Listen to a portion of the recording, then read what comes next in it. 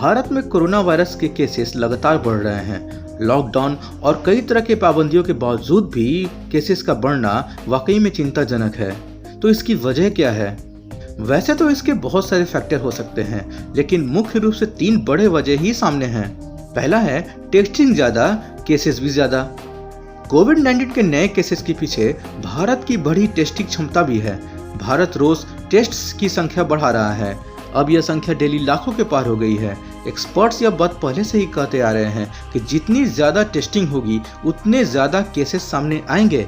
ऐसा इसलिए क्योंकि अधिकतर संक्रमित मरीज एसिम्टोमेटिक हैं, यानी उनमें कोरोना के लक्षण नहीं दिखते। उन्हें कोरोना है इसका पता केवल टेस्ट से ही लगता है, लेकिन इस दौरान वह इन्फेक्शन तो फैला ही सकते हैं। इसलिए साइंटिस्ट और एक्सपर्ट्स बार बार टेस्ट्स बढ़ाने की डिमांड करते हैं। दूसरा जो मुख्य कारण है वो है लॉकडाउन में छूट से बड़ी आवाजाही।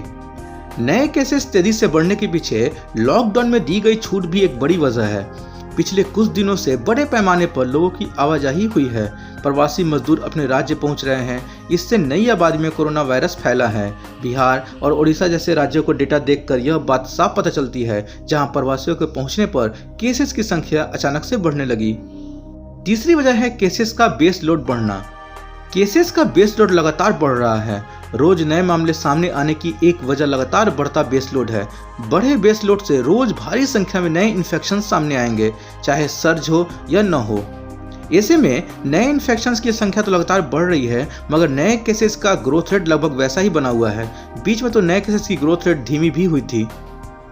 वैसे इन सब वजहों के अलावा भी देखें तो लोगों की लापरवाही भी इसकी एक मुख्य वजह हो सकती है।